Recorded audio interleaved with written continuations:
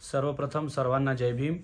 आज doctor Babasaheb Ambedkar writing and speeches volume number 19 मधील प्रकरण 17चे आपण वाचन करणार आहोत। तर मित्र हो, या प्रकरण 17चे जे हेडिंग आहे ते हेडिंग आहे बहिष्कृतांनी ब्राह्मणेतरांवर आरोप केला तर काही वावगे होणार आहे काय, प्रश्नचिन्ह। तर पुणे ट्रेनिंग कॉलेजमध्ये गतवर्षापर्यंत अभ्यास करीत असलेल्या विद्यार्थ्यास ब्राह्मण स्वयंपाक्याकडून शिजवलेले अन्न चालत असे।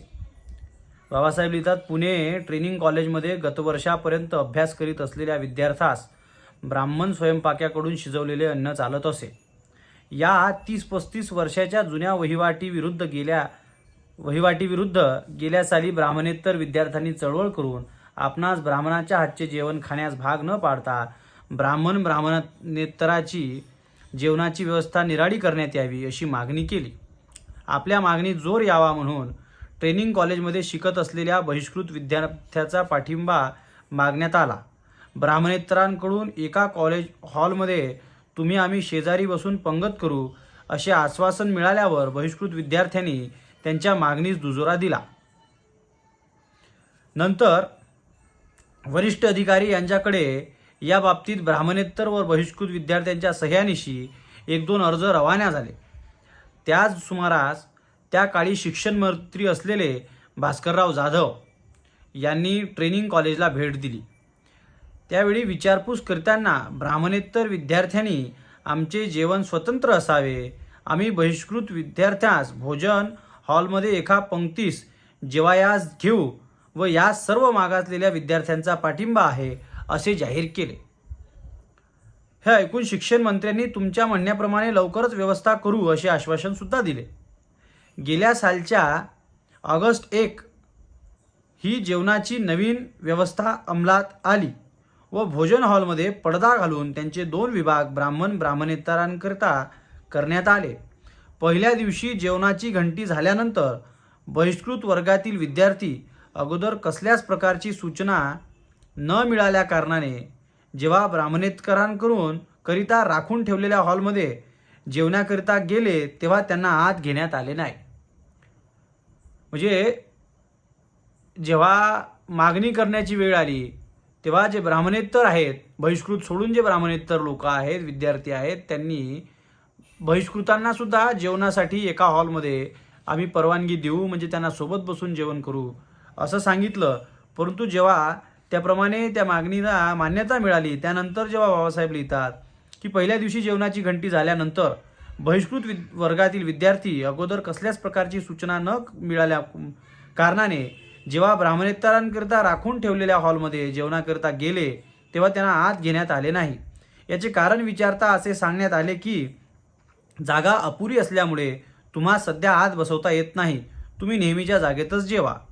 यावर बहिष्कृत वर्गाच्या विद्यार्थ्यांनी असे सुचवले की आम्हा सर्व बहिष्कृत विद्यार्थ्यास आत बसण्यात जागा दिल्याने जर गर्दी होते तर आमचे काही विद्यार्थी तुमच्या हॉलमध्ये बसून जेवू द्या व तुमचे काही विद्यार्थी आमच्या जागेत बसून जेवू द्या, म्हणजे तुम्ही आम्ही केलेल्या श्रमाचे सार्थक होईल। म्हणजे जे बहिष्कृत विद्यार्थी होते त्यांनी एक अट घातली, ती अट अशी घातली की आमचे काही विद्यार्थी हॉलमध्ये बसू द्या आणि तुमचे काही विद्यार्थी बाहेर बसू द्या, म्हणजे आपण जो हा पुढाकार घेऊन ही जी मागणी केली होती आणि त्या मागणीला यश आलं तर त्याचं काहीतरी सार्थक होईल व तुम्ही दिलेल्या सहभोजनाच्या वचनाची सत्यता सुद्धा पटेल, तुम्ही जे सहभोजनाची जे आश्वासन दिले होते त्याची सत्यता सुद्धा पटेल असे बहिष्कृत वर्गातील लोकांनी ब्राह्मणेतरांवर म्हणजे ब्राह्मणेतरांना सांगितलं। परंतु यास ब्राह्मणेतर विद्यार्थी कबूल होईनात व उलटपक्षी तुम्ही आपसातच एकमेकांच्या पंक्तीत बसत नाही तर तुम्हाला आमच्या पंक्तीत बसण्याचा काय हक्क आहे अशी शक्कल लढू लागले।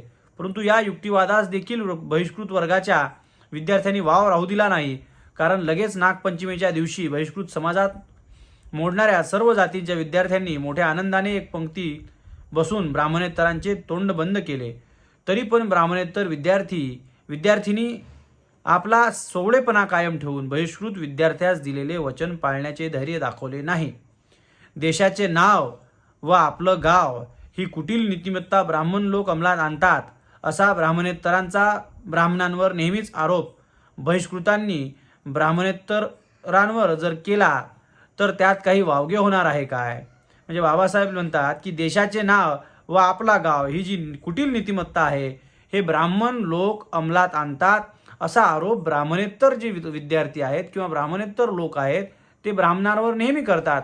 तोच आरोप जर बहिष्कृत वर्गांनी ब्राह्मणेतर लोकांवर जर केला तर बाबासाहेब लिहितात त्यात काही वावगे होणार आहे काय?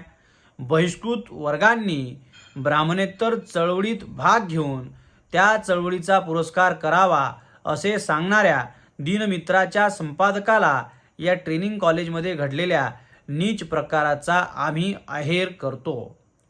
तर बाबासाहेब आंबेडकरांनी या पद्धतीचं लिखाण या बहिष्कृतांनी ब्राह्मणेतरांवर आरोप केला तर काही वावगे होणार आहे काय? यामध्ये या हॉस्टेलची माहिती बाबासाहेब आंबेडकरांनी दिली. तर ही जी माहिती आहे ही माहिती चळवळीतील कार्यकर्त्यांना महत्त्वपूर्ण ठरेल अशी आशा करतो आणि ही माहिती जास्तीत जास्त लोकांपर्यंत आपल्यामार्फत पोहोचवल्या जाईल अशी सुद्धा आशा करतो. धन्यवाद. जय भीम.